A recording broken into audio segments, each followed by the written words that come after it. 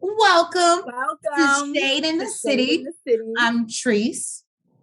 That's new. That's who the fuck that is. Okay.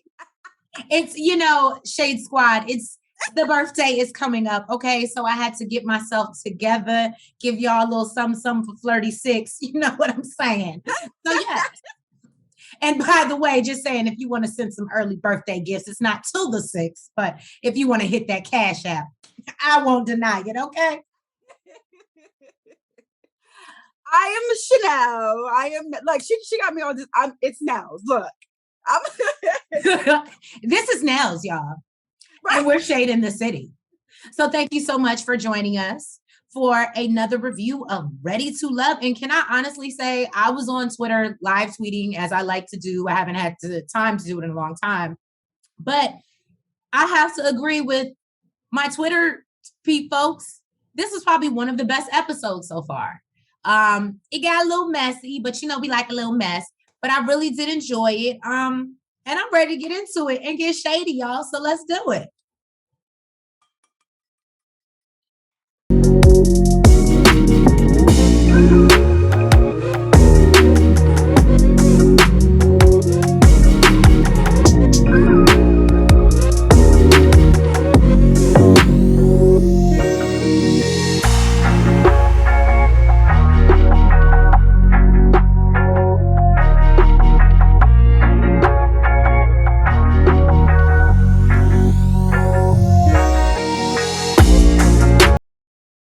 Okay, guys. So we get back to elimination. Remember last review or last episode, I'm sorry. They left us on a cliffhanger and nobody likes it. Who wants to be hanging on the cliff? Not I, said the cat. Therefore, Demetrius calls up Precious and AP. He tells AP that several of the men feel she's still not over her ex-husband. I'm going to be honest, in this moment, I understood. We already talked about, and I already said that I felt that way, but I felt like the way that it was delivered, and maybe there was no nice way to deliver that, because if you lose a spouse, are you ever truly over it? You know what I mean? Well, and then I love when she said, like, so do they think they're psychologists now? I was like, okay, AP. Y'all therapists now? So, ma'am, that's my. I got something to say. Okay, go ahead.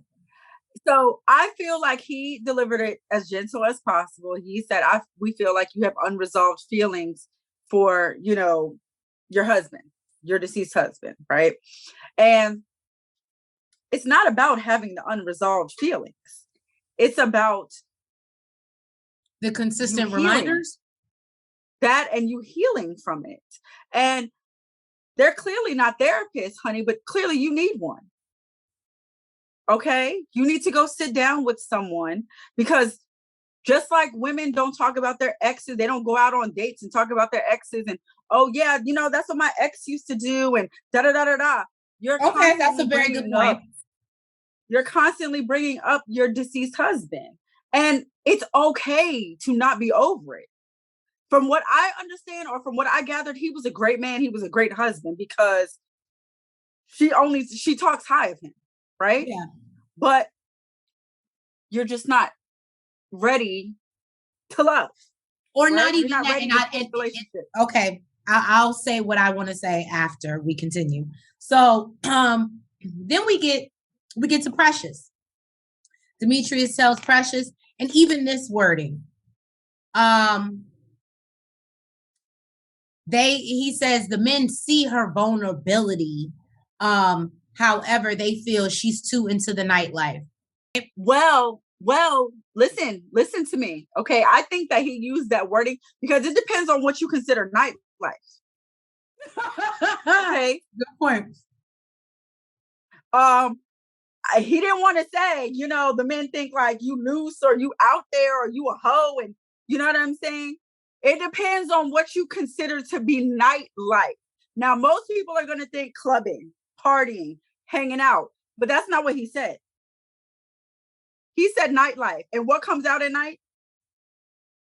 Freaks come out. What come out at night, Trace? Freaks come out. Exactly. So I feel like he did a very good job at wording that without getting backlash. Okay? I can look at that. He didn't call her names. He didn't call her names, but he said in a roundabout way that the men think that you are too much, like to go out at night when the freaks come out. And that's not what they into. So, that was my take on it. I felt like he was trying to be nice when he said nightlife, because you automatically think clubbing and partying, but those were not the words that came out of his mouth. So that's what I gathered from that. Nils has points. Nils has points. So basically, we find out that they are getting rid of our girl, AP. Obviously, she's kind of devastated by the news. But I love, and I was going to say this earlier, I love how Nephew Tommy was like, you may not be ready to love in this group. And that's what maybe that's what it is too. Maybe her person that she's ready is just not in that group in this season. But we're not going to completely count you off. So, it's been real. So I'm going to let Nels take the lead on this one, because this went so fast. I couldn't write as fast as the message. I got scribble. So y'all bear with me, because I was scribbling trying to get everything down. I might not be able to understand my own handwriting. Okay. So apparently, Eric, he made his food. Everybody's sitting down for dinner. Apparently the food is great. Eric. He's a top chef. Like, I want him to make me some frog legs. That's what I'm saying. Something that I wouldn't normally eat, and make it delicious. Girl, I might have to tag him in this video. I might have to tag him just in this video for GP, because Eric, we need to review your food, okay? We need to do a review on your food. So basically, first line I wrote was that Clifton offered to get Carmen a plate of food. Yes, that would be fab. Now I love your strength about that, y'all. She was really in her feelings. She was like, if I love your strength. I was Joy, I'd be so, and I was like, Joy's not worried. Again, she has that security. She's not worried. She knows. I would give a fuck. I'll give a fuck how much you show me, tell me. Why are you getting this bitch a plate of food and you didn't even offer me a drink? We need listen, my thing is this. It's not about me knowing my position, right? Mm-hmm. It's about you letting her know hers. Okay. The same conversation that we had last week when it came to Dakia. I get it. And you know what? I'll touch on that even more when we get to the game. Okay? Because Carmen was clearly confused. So basically, Eric made some shrimp pasta, and Dakia is happy as hell because she's like, I mentioned to him that I like shrimp pasta, and I ain't gonna say that's why he made it, but he know that I like it and it's my favorite. So I'm kind of saying it. Which I thought was super cute. I don't know, they're so cute to me. Laverne decides we should play Truth or Dare, which I thought it was a cool idea. I thought it was. It was like, instead of us sitting here and just eating and make fake conversation. Exactly. Let's break the ice. Let's find out what's really going on, right? Again, Laverne, so we got very similar personalities, boo. So he asked Tina, Truth or Dare. She chooses Dare, and he says, go rub on the chest of the person you have the most connection with. And Wiley just sitting there like, just waiting. Who the hell chest she rub on? Paul. And look, Paul's sitting back like a boss. Like, of course she came over here. Laverne talking about something. Look, listen, Laverne was like 31, 48. He's like, Wally know about that life. Well, Paul said Wally know about that life. I said, ooh. Okay, so here's messy ass. I don't do that. I was gonna say that's the one thing I don't like. I don't do petty men. I don't do that. We already knew Paul was petty. Huh? Oh, we already knew Paul was petty. We already know Paul is petty. But that's what I'm saying. To me, that's an unattractive trait for a man to have, to be petty.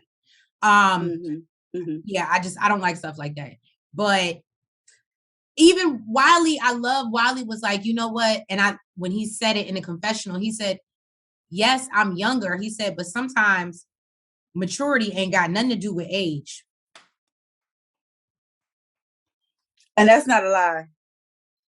I hate to say it. Not a lie. I don't know. I just felt I've always, and I'm always here for Wiley. Like, I just always feel bad they keep just like discounting him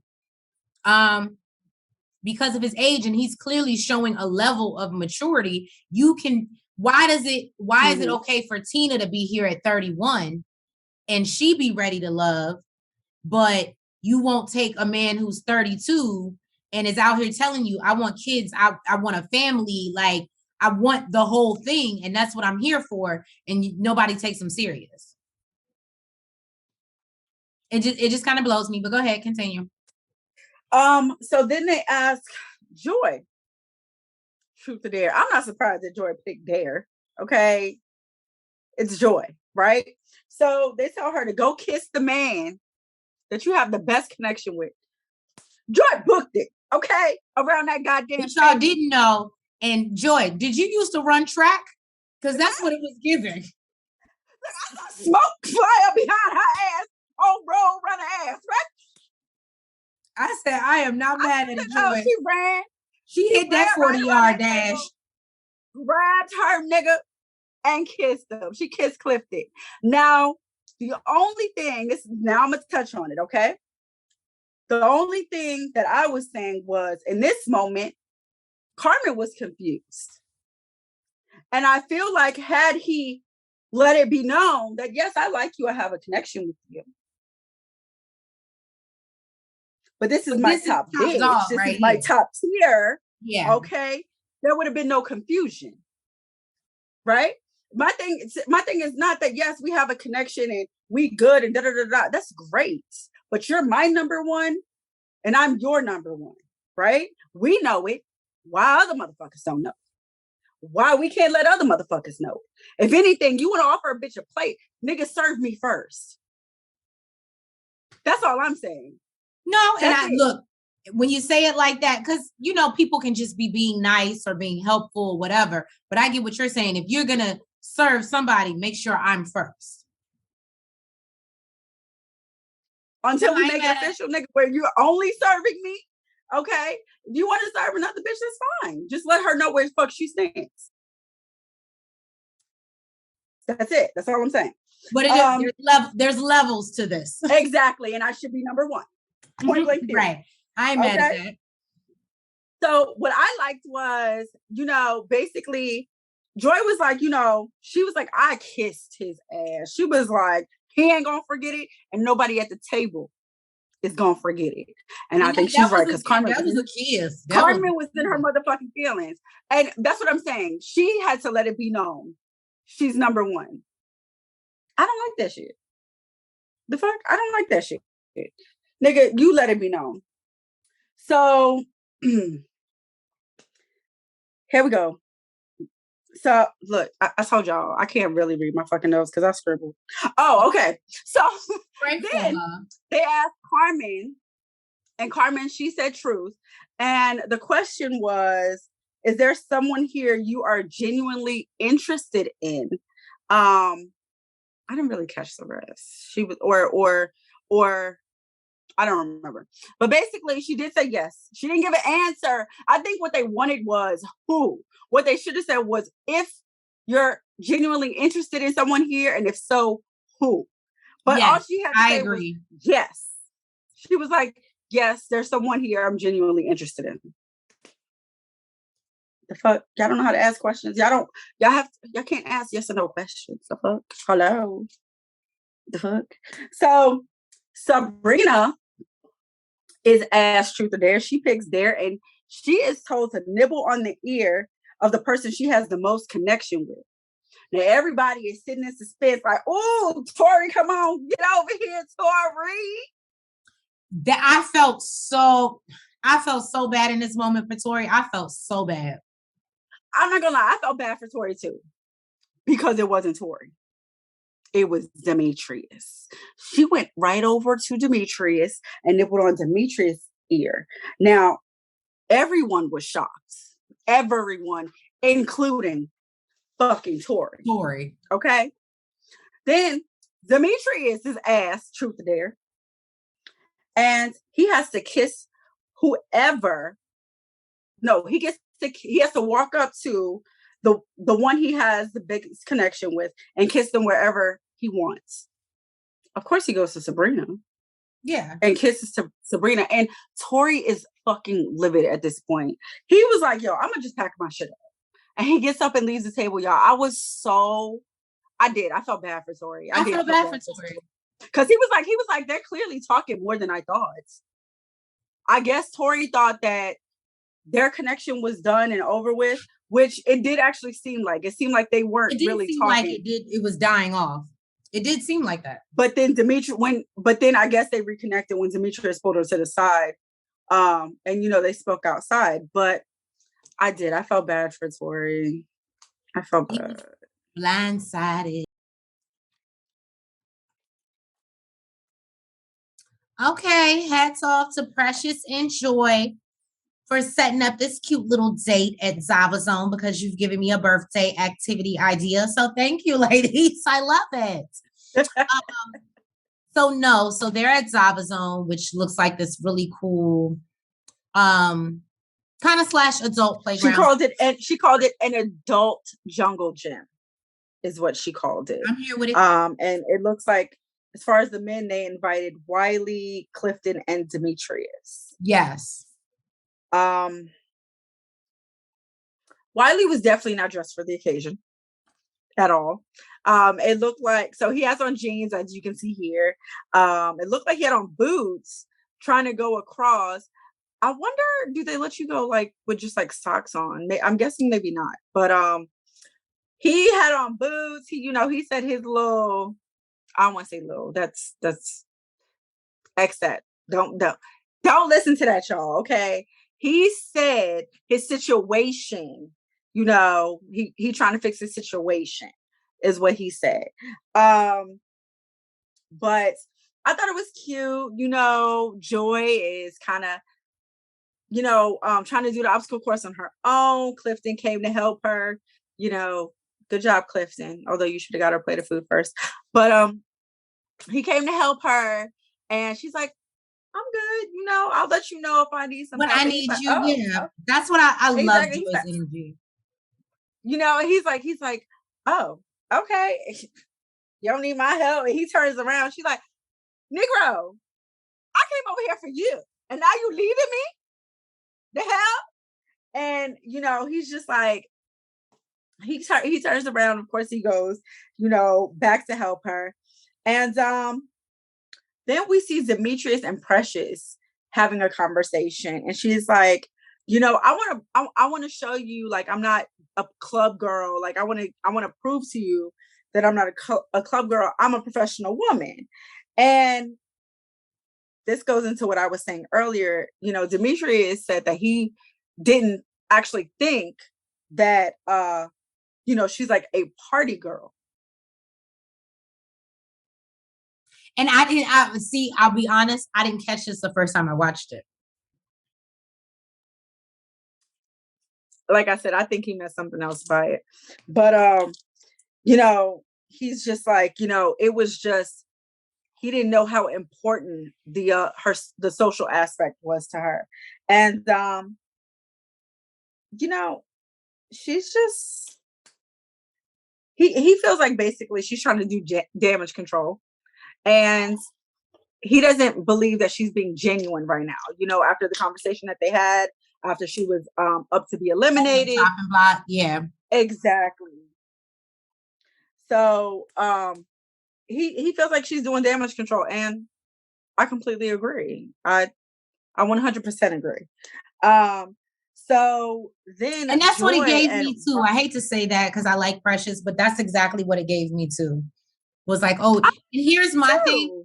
You're trying to prove yourself to someone that we clearly already know who his strongest connection is. So why are you trying to prove yourself to? You know what I mean? Like, I felt like that it should have been Wiley or somebody else who could try to save you, or you know what I mean? Because you already know where Demetrius stands, and he's already let you know where he stands with you and how basically how he feels about you. I think the reason why she went to Demetrius is because, from what we saw anyway, that was the last person she had a conversation with. Okay. And then she's up for elimination, right? So she may feel like the conversation that they had an impact on, you know, has something to do with her being up for elimination. So, you know, she wants to let him know, like, she would never choose anything over her love life or anything like that. And, you know, here basically let you know you don't need to prove it to him.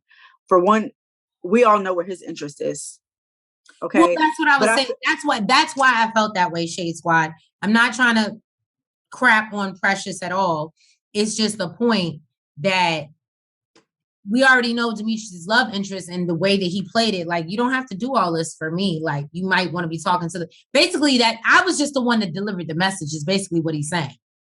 But we also know that if somebody on the show doesn't mess with you, you gotta go. For them, you could be their vote off. You know what I mean? So I guess maybe she was trying to clear the air. Maybe she thinks there was a misunderstanding. And Demetrius is basically saying, like, there's no misunderstanding because what you think I said is not what I'm saying. I never said you were a party girl. I didn't think you was a party girl. I think he was saying what I told y'all, Shade Squad, what he was saying without being rude. Okay, I think he said it just in a nicer way. So then we have Wiley and Joy, and you know, Joy is kind of like getting in Wiley's ass a little bit, like, homie, time's a ticking. Like, what's going on? Like, and he's like, you know, like, you're over here waiting for opportunities, and he's like, yeah, I just feel like, you know, you got to create the opportunity instead of waiting on it, and you know, she's like, homie, but time is winding down. You might want to do something. Put the moves on somebody. You know? I think Joy it was almost like a shout out to Little Black Book for pointing it out. If y'all don't follow him, Little Black Book 91, but shout out to Little Black Book for pointing it out. It's almost like she came to him like a sister brother. And what Little Black Book, I noticed, I didn't watch the review yet because that's just my thing. I won't watch anybody else's review until I do my own. But I do know that the title of his thumbnail or his review, he talked about how they brotherized Wiley. And I was like, because he's the youngest. They all put him in like, oh, he's also, like the little brother. Yeah. And I can see that. And in that moment, that's what I'm saying. In that moment, I especially saw it. So with Wiley, it's unfortunate, and I do feel like Wiley will be going home soon. If not the next man to go, soon after that, unfortunately. Wiley does show maturity, and I think he could be a great match for someone, but I think this is just not his season. This is not his season. This is not, the people on the show is just not, there's not good matches for him. Even though they tried to bring on someone for him, she likes older men. So yeah, as you can see, you know, we have three single couples, I guess, on dates here. We're gonna start off with Tori and Sabrina because that's who we care about. After that shit that happened at dinner, y'all, fuck? No. We need to figure out what the fuck going on. So basically, Tori, they sit down for dinner. Tori lets her know, like, yo, I'm trying to figure out my place here after that fucking kiss. Like, what the fuck happened? And she's like, I feel like Sabrina was very gentle with her words. I feel like she still got across what she wanted to say, but she did say it in a respectful, nice way.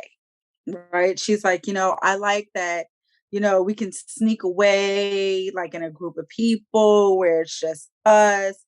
And Tori's just like, like I thought we had a better. So what? He's your sneaky link? No, she didn't. Oh, no, she didn't, Trace. That's well, what she no, got. because I was already thinking as you were saying it and I was watching it, but the way that you brought it up, and I was like, and the way that she handled him, to me, it gave me, I'm trying to have my cake and eat it too. But now when you say it like that, it makes it seem like, oh, so I just want you to be my sneaky link and I want you to sit here to the side while I go. All right. Well, he's feeling some type of way because he's like, I didn't even know you really, like, you had a connection with him.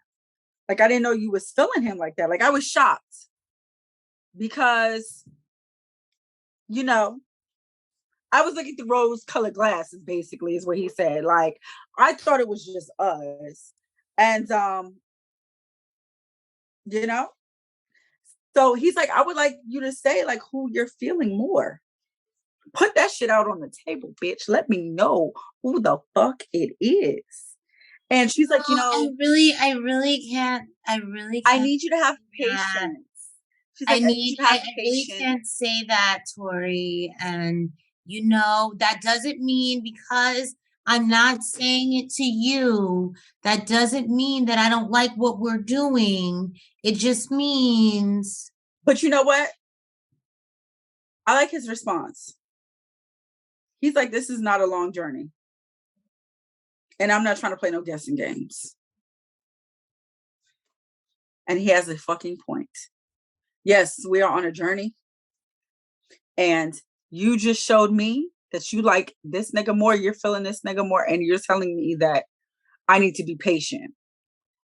But what you need to understand is I can't be too patient because this journey is not long. And you have me on a roller coaster right now. I thought his response was... No, I thought he handled it well. Important. And then we have Carmen and Paul. So apparently, I'm guessing Carmen didn't like that kiss between Joy and Clifton because, she on a date with Paul now. So basically, they had their first date and she said she wore a sexy little outfit to get his attention. And apparently it worked because he said she is looking like a queen. He was loving the outfit and we know. No, got body, I was going to say she was serving that body, adi. Okay? Exactly. She was giving. So then Paul awkwardly, like he normally does, says something like, would you like me to give you my pickle? He delivers. And Carmen looked like, I guess that was supposed to be cute or sexy. I don't know. But he had an actual pickle in his hand. And she's like, so are you just going to give it to me? You're going to feed it to me? Because I like to be fed. I like the way she played off it, though. Like, that's not going... I feel like anybody else would have been like, oh, my God. Like, and she was just like, okay. So are you giving it or are you feeding it to me? What are you doing with the pickle? Since you want to bring it to me like that, how are we going? What are we doing? Exactly. And like, well, how do you want it? And she's like, well, I like to be fed. I said, you nasty. How do you want it? I already told y'all. She was talking about the Clifton pulling on her real hair in the golf and holding her ponytail. That Carmen was a little bit of a freak. So he feeds her the pickle, and he says that she did that like she could have been in a commercial. He says she gives a stare that'll make you turn over your wallet. That's what you're doing to them, Carmen. That's what them blue contacts is doing. Them devilish the blue-eyed bandit. The blue-eyed devilish bandit. eyes. Look, fuck the Tinder swindler. The blue-eyed bandit is coming for your ass. So he asked her, what is something that's romantic to you? And she says, which I think all women feel this way. Like, you spoke for all women when you said this, that she likes a man that knows what she likes and can plan to make her feel special. We don't want to have to tell you, nigga. We want to know that you know. We want to know that you're paying attention. That's a part of the being romantic. Because you know me. You know what I like. I don't need to tell you. I love that answer. I felt like she spoke for all women. Like, I can't even pick up my glass right now. She spoke for all women when she said that. Let's hope it's full of orange juice. It's full of something. It's full of something. So then, she asked, what is a deal breaker for you? Because she doesn't want to enter a relationship with none of that shit. And he says low energy, no drive, and content with being content. And she basically says she agreed. That is not who the fuck she is. She feels like she can relate. Like, you should always be growing. And I guess she brings it back to an ex that she dated, and he got content and she wasn't really feeling it. So he asked her, why do you feel like you've been single for 4 years? And apparently she feels that people think that she's already in a relationship when they meet her. So I think so he asked her, do you think you're approachable? And I think that's where he was actually getting at. I think that's the answer that he was looking for. And she says, I think so. Do you? This motherfucker ain't never answered. He was just like, well, if I want to approach you, I'm going to just do it. And lets her know that in a roundabout way that, he's got eyes on her. He's checking for her. I don't think he was very direct with that, but he did let her know that, she might be part of the team. Okay. Okay. So Tina and Donovan, look at Paul out here making all these connections. Who knew? Right? Who would have thunk it? Okay. So Tina and Donovan, they go out. Apparently, they had eyes for each other. She had eyes for him. He had eyes for her. And, she clearly does like older men, because this is who she's going out on dates with. She lets him know about her 2-year-old daughter, who is a Gemini genius. Apparently, Donovan has also a daughter who is a Gemini, and they can relate on that and talk about the traits of their Gemini children. And he says that he loves kids and wouldn't mind having more, which apparently this makes Tina happy. I guess apparently she wants more children. So basically she asked him, what are you looking for in your next relationship? And he says, I'm looking for somebody that's beautiful inside and out, and that he can build with, and he believes that he can have it all. And I love when he talks about manifestation and manifesting what he wants. And you know what, Donovan, you can have it all. If that's the way you believe it, you see it, then damn it, you can achieve it. Let's make some vision boards, bitch. Let's do it. You're so stupid. She even spoke about if they were together for New Year's, doing a vision board with him. So apparently she is into manifestation as well. But she said that she wants someone who's goofy, fun, kind, compassionate. And yes, they discussed the vision boards, because I guess she brought up doing vision boards. And I don't know. I've never met a man who does vision boards, but I think it's pretty dope that this is something that he does. Like, I think that's super dope. I think it's super dope that he does that. Into the group date, we have Zakia, Tori, Tina, Paul, Laverne, and Ace. So they out here, they go to the Palisades Lounge and look real fancy and stuff. You know, they doing the do. And basically, I guess the first thing to start with is that Tina and Paul are definitely giving the eyes, feeling each other. So he asked, do you need me to go get drinks for everybody? And everybody's like, I'm so thirsty. I'm so thirsty. Please go get us a drink. So Tina's like, do you need me to go help you? And so she goes to help him get the drinks and they talk. And he's like, I'm really feeling that dress on you. And it was, I'm sorry, it was giving kind of dirty old man vibes. But you know, she was like, oh, she was here for it. She was here for it. He was throwing it and she was catching it. Oh, she liked the dirty man, huh? She likes the nasty old man vibe. So they do their thing and she's just like, so what was your first opinion when I walked in? And he's like, oh, she fine.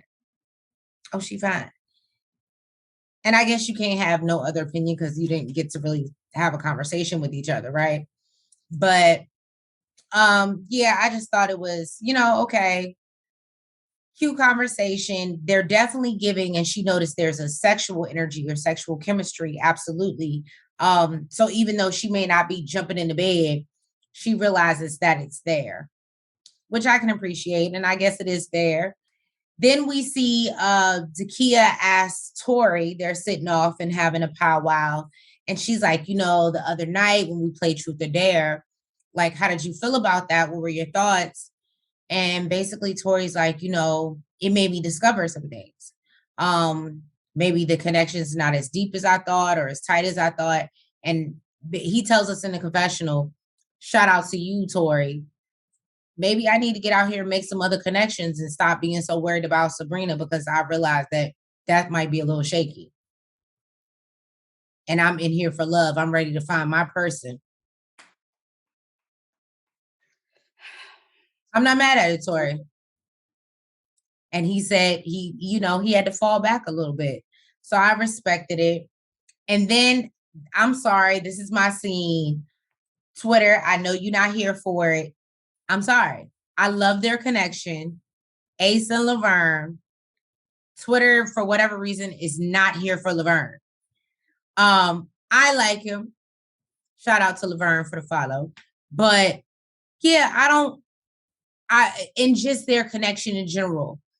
So he lets Ace know, basically, he sits her down and says, like, you're kind of it for me. Like, this is what I want to do. They talk about being at the pool party. And he's like, well, what were your thoughts? And da-da-da. And she says something like, oh, it was fun. And I discovered a lot of things, I guess, based off the conversation the ladies had or whatever. But he was like, but you didn't tell me how good I looked in my, okay, Laverne. You looked good in your bathing suit with the muscles percolating. Okay, you're a bodybuilder. We know that. Okay. So, but I think the most important part of this conversation was him letting Ace know, like, this is absolutely what I want to do, and I want to do it with you, and I'm not really checking for nobody else. So if that gets me eliminated, then I don't care because you're my connection. Like, that's... Well, duh. That's Jill Scott, Oprah, Michelle Obama, and Beyonce. Okay? The fuck? And Ace is here for it. Ace is here for it. So we see there was a point in time that after the conversation with Ace, Tina tries to sit down and get to know Laverne. And he's just giving her very, like, what is the word that she used? Very short. I think she says just small talk. Yeah, just small talk. And he wasn't really, like, delving in, like, she was like, I'm trying to get deep. I'm trying to get to know you. But he basically, just gives her small talk. And what I was getting from it was, don't try to press up on me. Don't try to make Ace think anything other than what I just told her. Please get away from me. That's what I got from it. And I wasn't mad at it. I wasn't. I could appreciate it. He made his decision. Stop making small talk with me. You cool and all, but no. Nope, he not Clifton. He not out here making plates for nobody else. So sorry, you probably can't see nephew Tommy, but y'all know what he looked like. So we sitting here in the deliberation room in the ladies' lounge, the wine bar, and the ladies are discussing who are their top picks. Well, first, they spill the tea on what happened after nephew Tommy left. And they did eliminations and they talk about the game of truth or dare and Eric's meal. We basically see Tina pipe up and talk about Paul. And Paul just, they have really good conversation and she's really here for him and the energy is great. And then who piped up again about Paul? Not Precious, but anyway, somebody else says, oh, Carmen.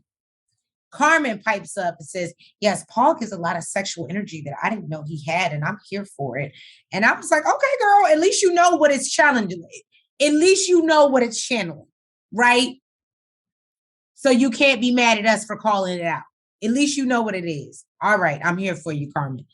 And then even Dakia said, yeah, we went on a group date and after a couple of drinks, Paul was backing it up. He won't busting it open, but he was liking it. And we was having a good old time. And I was like, okay, Paul, there's many sides to Paul. Again, Paul delivers. So then we get to Joy and she discusses, running over to Clifton and kissing him on the lips and whatever. But basically Clifton is still her strongest connection. Carmen lets us know that she feels some type of way after seeing that. And she thought her and Clifton had a connection, but now she's rethinking that. As you should. Did Precious have anybody? Did Precious have anybody? Like that she talked about that was in her top? I'm trying to think because I feel like I never. She talked about her dislikes, but she never talked. I feel like she never highlighted anybody that she was extremely attracted to. That's why I'm asking. No, I think you're right. Because the only reason I'm asking is because from a prophetic standpoint, she's probably going to go next. I would think she's going to be in the bottom two again because she's getting narrowed out. She doesn't have a connection. And it just hit me when I thought about it. And I was like, did she say anybody? I don't think she did. We hear Ace talk about how, even though she's going against the grain, Laverne is still her number one choice. He gives her something that nobody else is giving her. And I'm here for Laverne and Ace. I don't care what's understood doesn't need to be explained. The love and the light, the fact that he sees what she's trying to embody and give, I am here for it. So, and I think, who else is left? Dakia talks about her connection with Eric and how she's really looking forward to their future. She's giving wifey vibes, okay? And how she won't have to ever cook again. Messing with Eric. Okay. So I was here for it. Everybody has somebody. As we see, Wiley still left out. They talk about those that they dislike or are not the strongest connections. They talk about the group date, how Wiley just wasn't giving, how that he gives homie vibes was like the general consensus. Is that it's just not moving quick enough and he's not, I don't know. I just feel like they hate on him, but it it is what it is. I don't want to focus because unfortunately there's nothing to add because nothing has changed with the storyline. He didn't do anything. They're just still because of his age. Right. So I just don't want to focus on that too much. Now the biggest thing was Laverne. I won't say all the ladies, but we heard Takia say in one past episode that Laverne could be messy. The ladies talk about the pool party and how he was so reserved. Carmen said she forgot that he was there.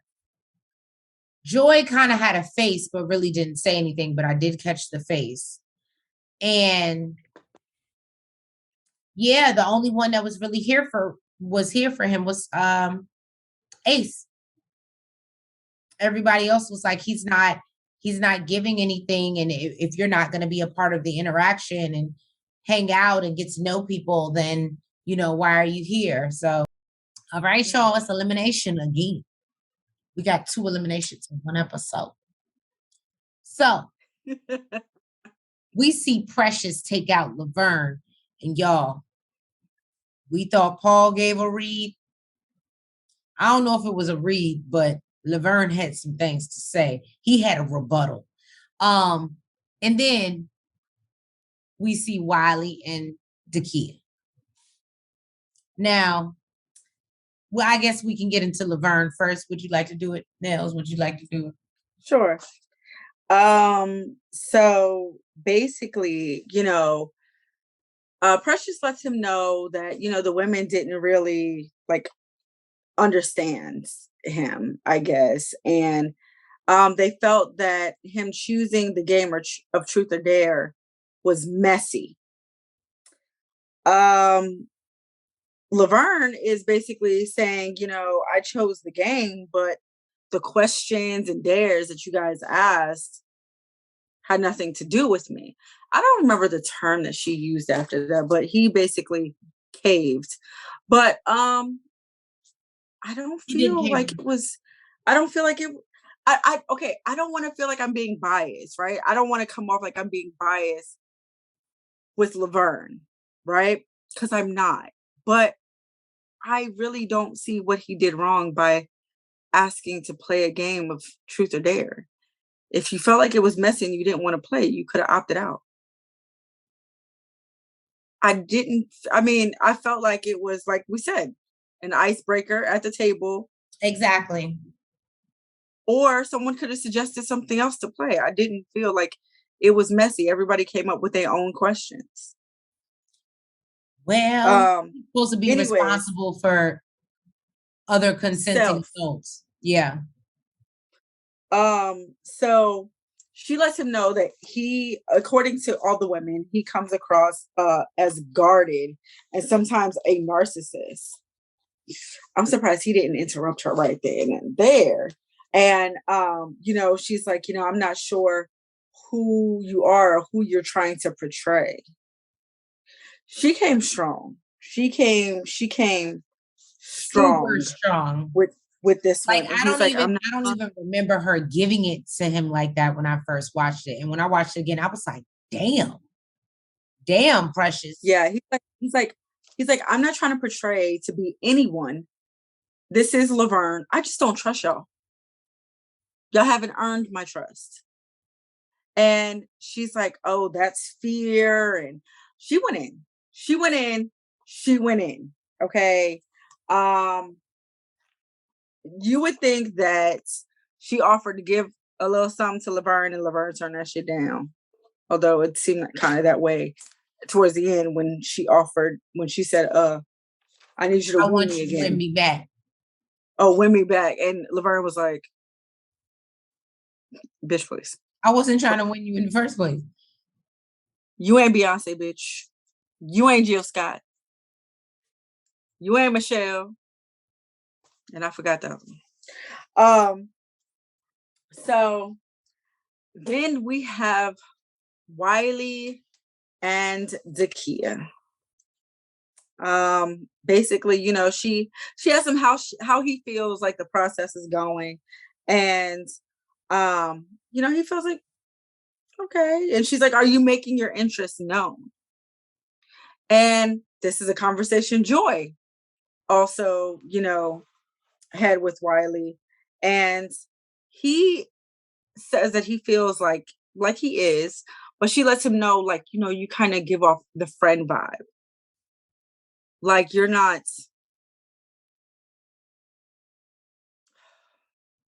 I don't know. Poor Wiley. Poor. I don't know. Poor Wiley. Basically, she's letting him know, people just did not know that you were interested. And I feel like that's kind of a cop out a little bit, because I agree with Wiley. He said that he was very intentional, which I agree with. So she lets him know that, she does feel like he may be ready to love, but not with anyone there. Yeah. So Wiley did get sent home, which I'm not surprised about. I think I said it earlier in the episode. Yeah, I'm not surprised that Wiley got sent home. And Laverne, they decided, is ready to love, and he is going to continue, I'm sure, to pursue Ace regardless of what the fuck Precious said. So we shall see. And like I said, I didn't realize it, but I think our girl Precious, the way she delivering it, and you might be on your way out the door next. But next episode, they show us a preview, and apparently, y'all, men is out here having little, I guess you can't call them cat fights, you call them dog fights. They out here going at it at the round table and getting real serious and about your intentions. And I was like, oh, damn, we doing that this season? I was here for it. And giving advice, and yeah, this is getting like, damn. Oh, and we are seeing nephew Tommy gives them the assignment of taking out their second choice. So then we can always, I hate to say it, see who the second choice was. Thank you much for tuning in to another episode of Ready to Love Review. Ready to Love 5, I think, yes. And like I said, it's getting messy next week, but make sure before you guys head out that you like, comment, subscribe, and hit the notification bell. And make sure you follow us on all platforms and get ready, because I'm going to be pumped and have extra energy, more energy than I already have normally, because it's birthday behavior. It's going into my birthday month. It is Pisces season, and I am here for it. Y'all, I got to catch up today. She got way more than me. I got to catch up. Thank you so much. Mwah. Have a great evening. Mwah. Front, back, side to side. Make sure you go like and subscribe. Front, back, side to side. Make sure you go like and subscribe. Hey!